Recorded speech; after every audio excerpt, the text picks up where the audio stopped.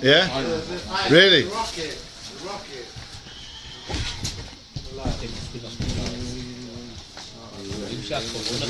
Okay. You said about Milchama Ruchi. Yeah. Volume says שהקורונה חסך מלחמה. עוד פעם, זה אפשרות לחזור, כל אחד תקן עצמו, זה יקט המלחמה. כנראה זה כבר התחיל, לא? Okay. I had a tooth pulled out today, so if I'm making some funny faces, you understand why. I can't quite bite on my left hand side. Okay. So we got to yesterday. We mentioned about this, the meaning of the word shidduch. Yeah, it's from the word menucha, to rest, and that was the bracha which Naomi gave to Rus and Arpa.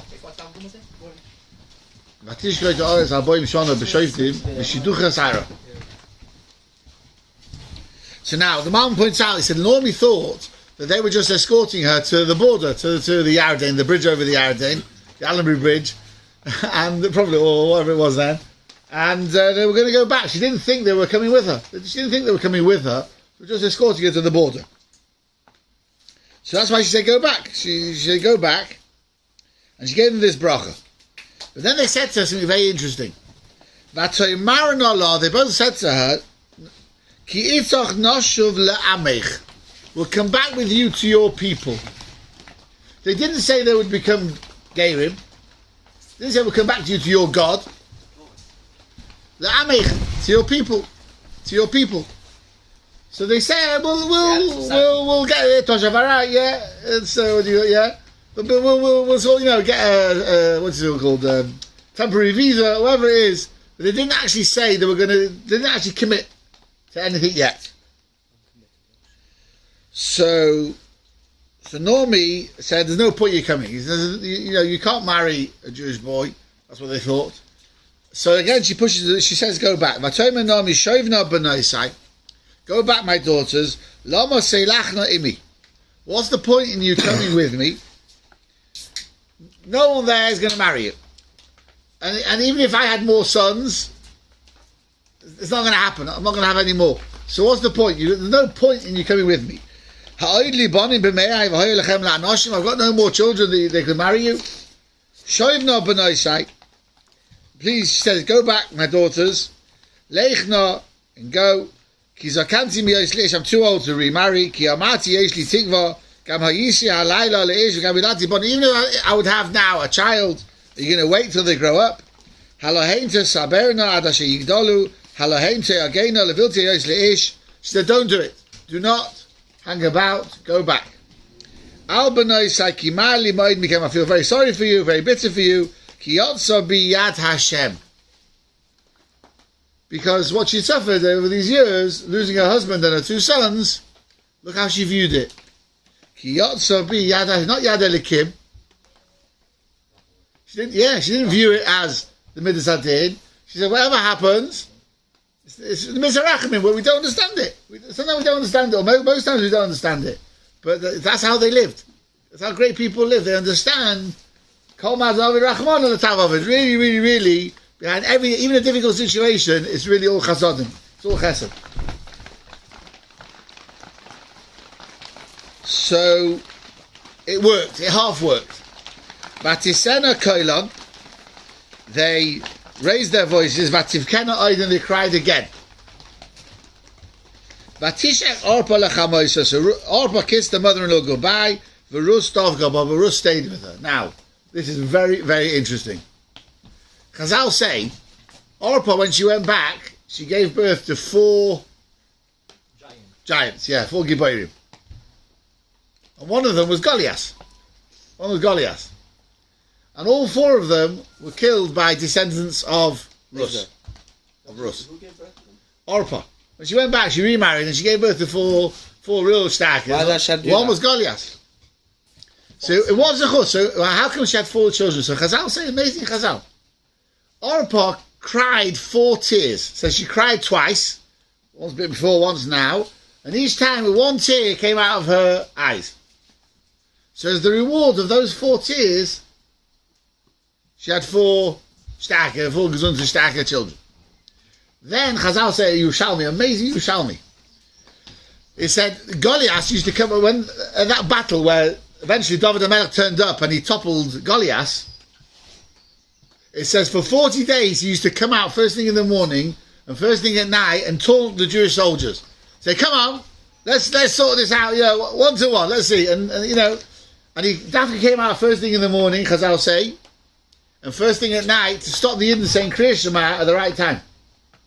Because the army has only got one mitzvah he can do properly, that's saying Kriya Shema. They're too busy for anything else. So he would definitely come at the first opportunity to say Shema, first in the morning and the evening, to try and distract them and scare them.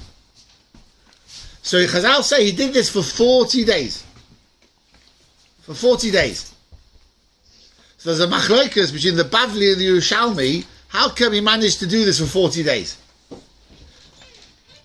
The Yerushalmi says it was in the Zechus of Arpa, who accompanied Rus 40 steps. She walked with her 40 paces. And then Rus said, go back.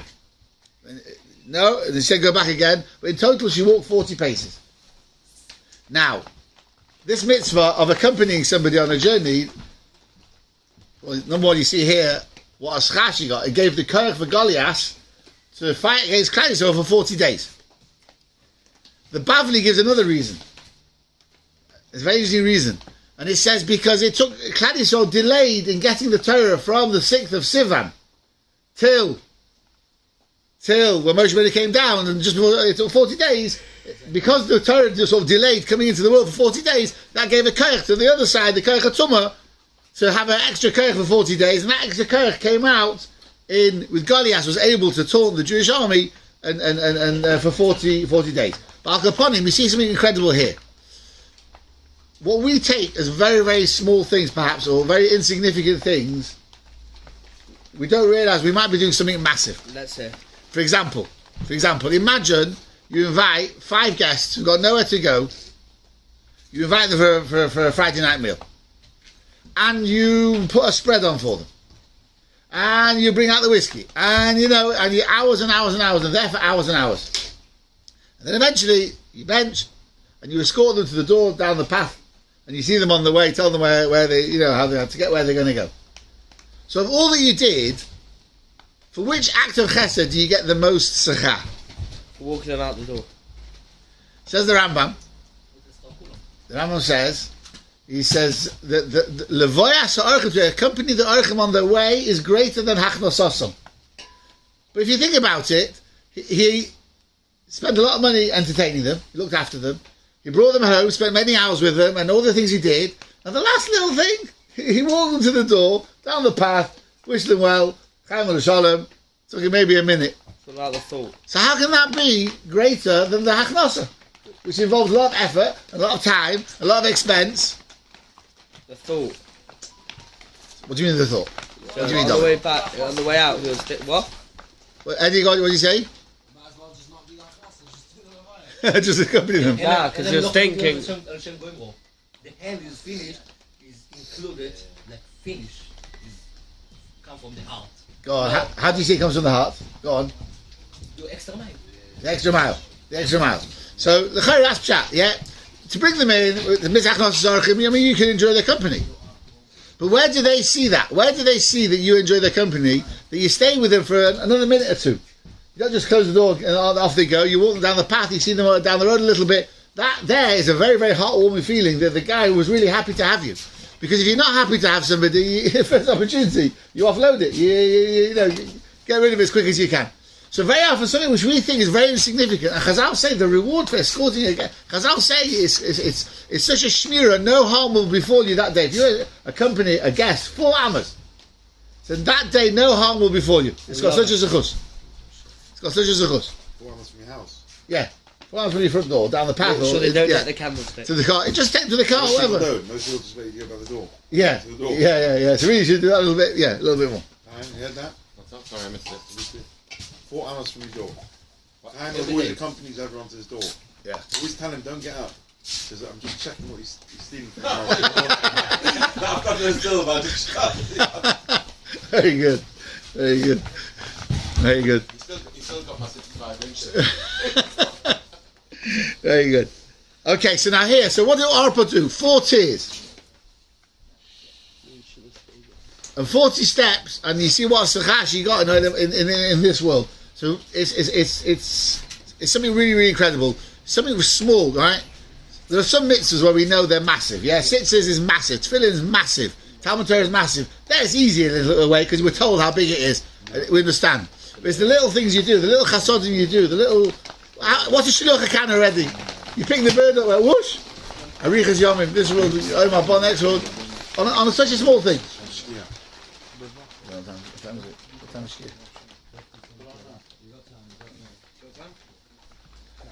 So, or let's say you're fumbling in your pocket to find some money for stock. A guy asks you, a mashulach asks you.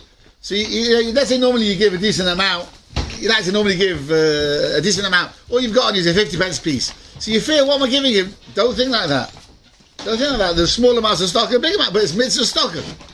So never belittle something and take it lightly because it could be. The Gemara gives another example. It says when you bring a carbon, the main part of the carbon is the blood going on the mizbeach. If you don't put the fats and the limbs on the mizbeach, it's not ma'ak of the kapara. The kapara, once the blood's on the mizbeach, it's job done. So the Gemara says though, but to miss out the putting the extra bits on the mizbeach, it says although it's only like the most minor procedure of the carbon, but it's ma'al of a kosu kidla kippah. It's kema. As if he didn't achieve the kapara. He does, but it's significant, even though it's not ma'akev. Right? Every little thing you do. And I'll tell you a beautiful story. This story gives me... Yeah, things like that. Yeah. I once heard this story. It's the story of the Vilna Gaon's wife. An incredible story. She used to go with a friend, collective achnosas kala for poor kalas in wherever. And they made a deal. Whoever passes away first should come back in a dream to the other one and tell them what goes on in Shemayim. So the friend, the chavata passed away first, and Shtaka came back down to his wife in a dream, and she said, "We're not allowed to reveal what goes on in Shemayim. You're not allowed to. I've got permission to tell you one thing. One thing. Do you remember we were collecting for such and such a kala?" I said, "Yeah." And we went to such and such a lady who was a wealthy man's wife. He said, "Yeah." And you remember she wasn't in? Yeah. So we were walking, carried on in the street, and then we saw her coming up the road. And you went like this. "Oh, look, there she is." And then we went to her and she gave us some money. She said, "Yeah, I remember." She said, "You can't compare the reward you're going to get more than I'm going to get because you did one little extra effort in doing a mitzvah." It's so beautiful, this story, because it gets such a chizuk. Yeah, things which we don't even think about, whatever. The mitzvah is shikha. A farmer forgot to cut something in the field. He's like this the whole day. He's sweating away. And he missed one thing and he walks past. Oi, he can't go back for it. So the Gemara makes a kavachayma. If you get a mitzvah for that, imagine you lost some money in the street and the poor man finds it. You get a schar stocker. Even from shikha. Unintentional. No intention at all. So it gives an incredible bracha. Every little bit we do, every little extra we do, anything you mechazik somebody else, get somebody else to do a mitzvah. Oh, you can't imagine mazakas harabim. I'm going to tell you something amazing. I saw this in the Sefer. It says in Pirkei Avos, I think last week, no? Called mazakas harabim, ein chet ba'al yada. If you bring zechus to other people, no chet will come into your hand. What does that mean? So Reb Chaim Vital, who was the main Talmud of the Arizal, he said his Rebbe, the Arizal, could read foreheads. He had such a kedusha zeriyah, he could read foreheads. By the way, there are still people, even Adi Yom Hazeh, who have this koyach. A friend of mine who lives in Yerushalayim told me, he said the Rav of his shchuna, when you went to a shayla, you put your hat down. Why? He said you kept your hat. You make sure you bend down over your forehead. Why? He could read foreheads. He could see. He said he was Adam Kodesh, and he didn't want to. He didn't want to do it. So the Reb Chaim Vital said, he said, I haven't got the koyach of my Rebbe, but I've got a lower koyach that I can actually shake someone's hand and I can feel what level of kedusha he's got. Except Somebody is mezakes a rabbim because ein chet ba al yodai. It doesn't come on his hand. What does that mean? The sin doesn't come into if you make other people brings chus to other people. Encourage other people to do what's right and good. Brings chus to other people. Yeah, it's so great that the chet is not registered on his hand. Literal. Yeah. Everybody used to go Sholom to him, but he used to have a scarf over his hand. Really? And you'd only touch his finger because you were too scared to touch his hand because he saw right through He saw right through you. and nobody wants to. Oh wow. That was Baron of Bells. I think the Baron of Bells. You know, they said about him when people were escaping during the war, and he escaped. They got him out of Europe. So on his travels, of course, wherever he turned up, people wanted to get a bracha from him, and it was very scary. This was really scary.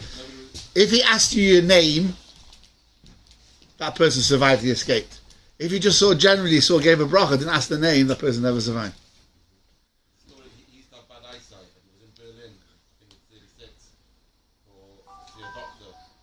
And the Rebbe was in Berlin at the time, and him and Nokas went to the Shevuios. So everybody's passing, and touching the finger, and he had his scarf. But when the Rebbe passed him, he took off his scarf. And Shook his hand. Who is this? They knew. It was unbelievable. They had a thing of kedusha. They were truly spiritual people. Truly spiritual people. So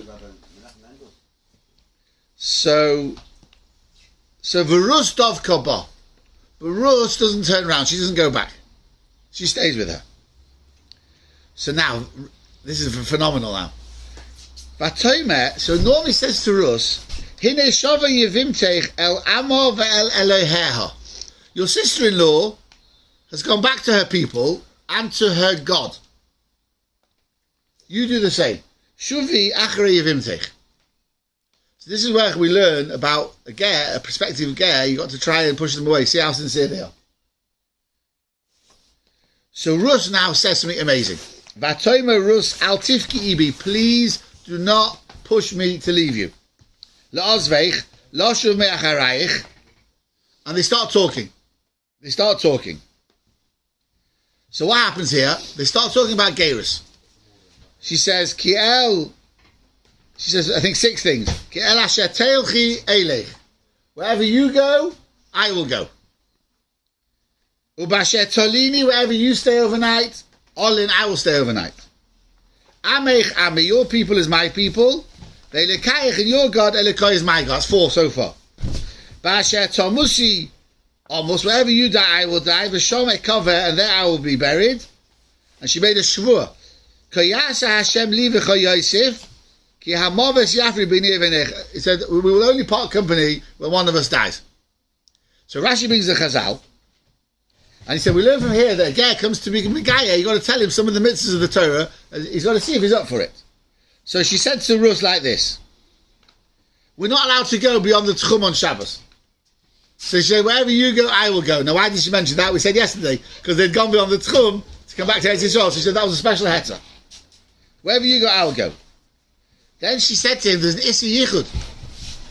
Men and women can't mix like the Goyim. She said, wherever you stay, I'll stay. Wherever I'm allowed to stay, I'll stay. She said, we're very different. We've got 613 mitzvahs. She said, your people's my people. She said, Avodah Zarah's also for us. She said, your God's my God. Then she said, interestingly, if Beis Din kills somebody, well, there's four Beis Din will kill for 4. There's 4 types of ways Beis Din will administer the death penalty. Wherever you die, I'll die. If someone gets killed in Beis Din, they're buried in a special cemetery, not in a regular cemetery. She said, wherever you're buried, I'm buried. Now, I'll tell you a very funny story. Happened to my Uncle Gerald on Shevuios, in where we lived on 40 Singleton Road. You're going to laugh for hours on this one, I'm telling you now. So we live from here that, you tell, and the most thing you tell some mixers, Kalas mixers chamuras. Now, my sister, older sister, got engaged Pesach time, and she got married in the summer. So for Shevuios, my brother-in-law came to Manchester for Shevuios. Josie, yeah? So my Uncle Gerald was there for Shevuios as well. So on Shevuios night, my father was telling over to Torah to my brother-in-law about this thing about Hilchos Geirim, and he said, you tell him some of the more serious things, the severe things about Yiddishkeit, and some of the lighter mitzvahs. Now my brother-in-law His name's Frowine. Frowine, they're in the meat trade, right? The Frowine's meats. So my Uncle John popped up. He said, "You tell him the price of kosher meat." Right? You only want to put a gear off. Tell him how much a piece of meat costs, right? Especially for wine. Especially Frowines, right? It was unbelievable. It was such an eyes on it. Everyone was plastic. It was brilliant. But Lemais, you do. You tell them. You got to tell them what to do. So Chazal say an amazing thing happened here. Vatera normally noticed something. Rus started to limp. She started walking.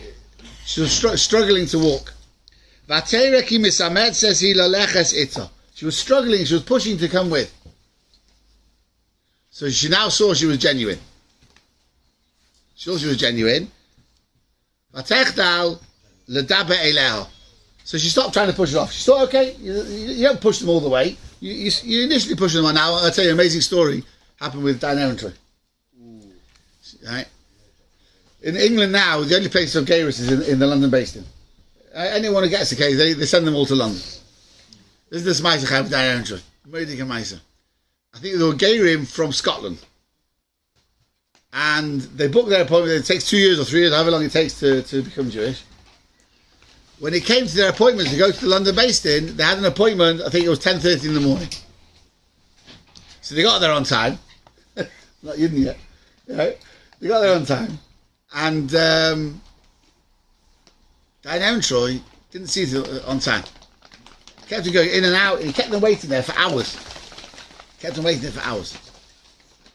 And it got to a point where he said, "Look, we can't see you today. You'll have to come back tomorrow morning." And it was very strange because they had an appointment and everything. And he dafka in and out, and he basically ignored them. The next day, they came, and no problem, went through the procedure and everything, and they became game. Look, so he knew they were puzzled by what he'd done the day before. So he said to them like this. He said, "I wanted to show you something, which you've not experienced yet. You, in your process of becoming a ger, everyone's been nice to you and pleasant to you. So you've been very encouraged. Oh, look how nice everybody is. Look how pleasant everybody is. And you think that's how everyone's like that. I wanted to test you out. What happens if somebody annoys you or, inconveniences you in your process of becoming Jewish? You come across a Jew who's not been accommodating, has not been helpful, and it's been awkward. Do you still want to become Jewish when you now realise that not everyone has been as nice as those who I've met till now? Everyone's been nice and friendly, invited you, and taught you, and encouraged you, and everything. And I saw it didn't put you off. So now you know. Now you're ready to become a ger. Where you understand the reality is not every person you're going to meet is going to be nice and pleasant like you've experienced till now. And if you're still happy to go ahead with it, now you become a ger. Now the gerus will be proper. Quite incredible. He understood that they needed to experience that before they could become gerim. They had to go through that experience. So here, when Normie saw she was struggling to walk with her, that's it. Because I'll say once you see that they're sincere, then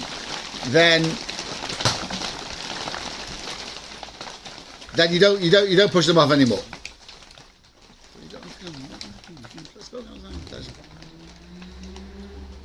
Okay, so now. So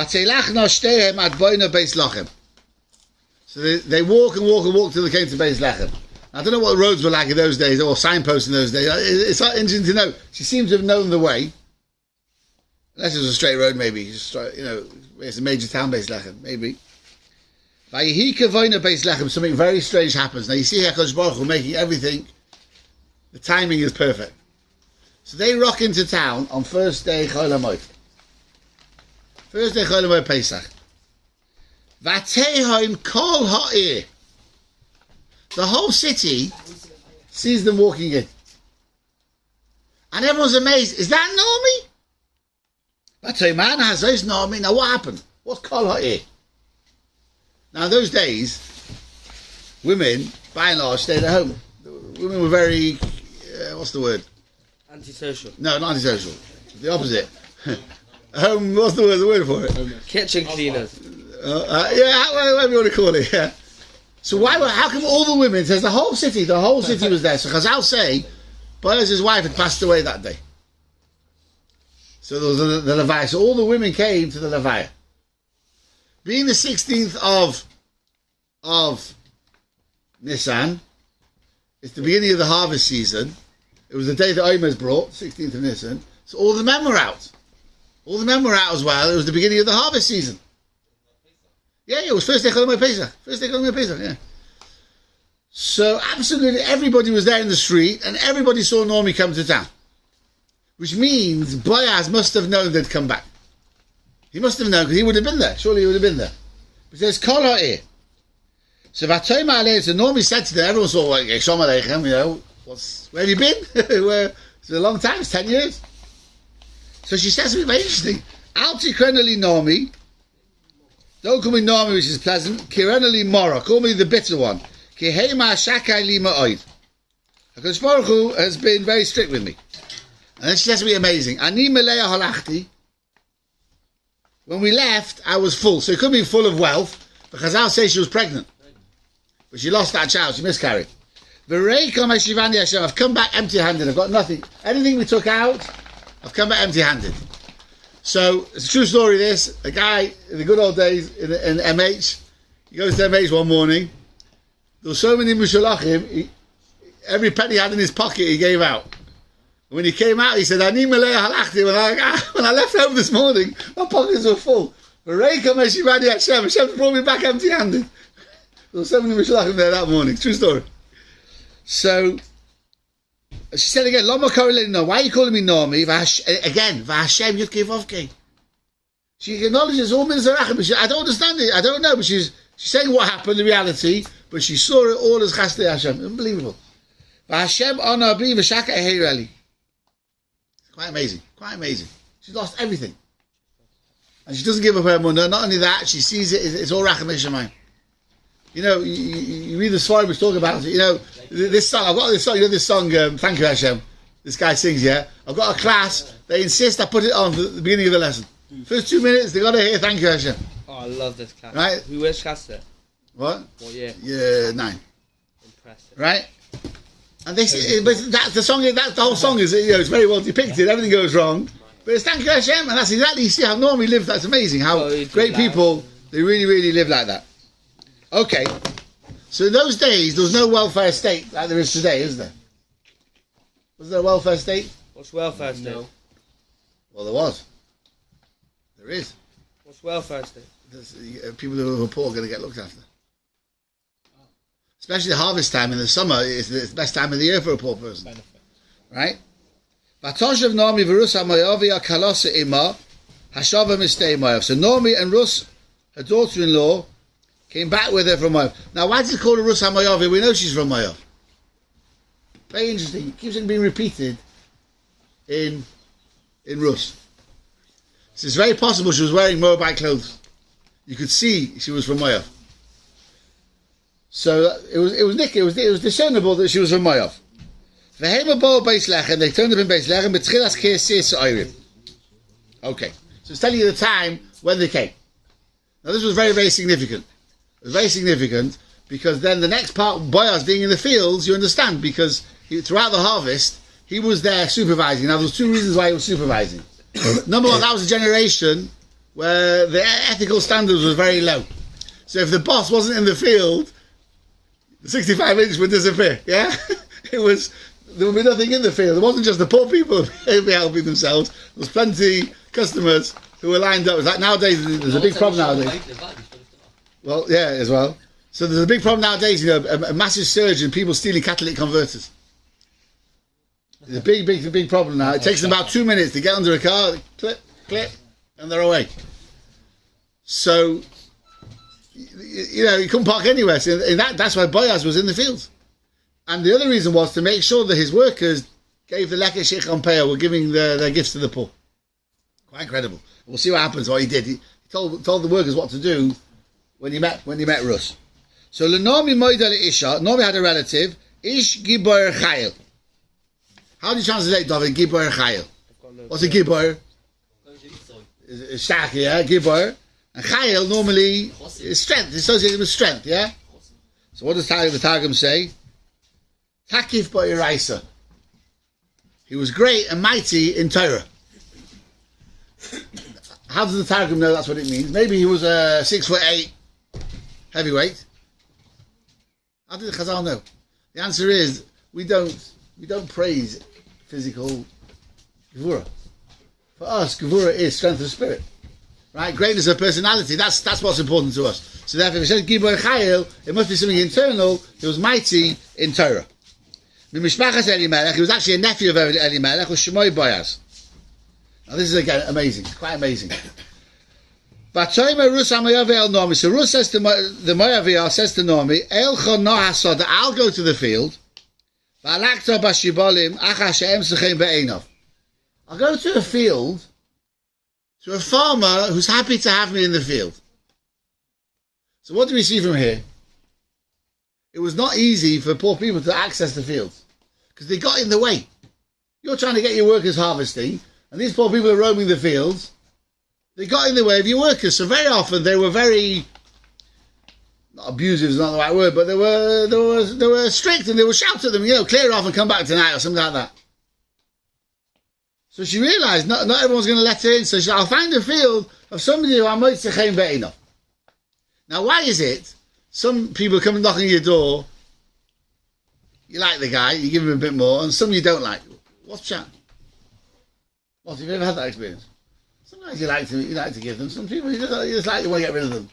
What's that? Some you got a chain, they got a chain to you somehow. How they speak. Sorry, the way they speak. No, the cause they're going for. Ah, the cause. No, the way they approach you. Yeah, like. You mean if they come arrogantly, then it puts you off? Feeling pushy and arrogant. Yeah. But there's a story with the Briskerov where an Oni came, was very arrogant, and he wouldn't give him any money. I think he said he can't be a poor person. Because he said a broken person who's broken from poverty doesn't speak like that. He's a broken personality. He said he must be an imposter. He said he can't be genuine. Yeah. A poor man speaks, he begs, he pleads for help.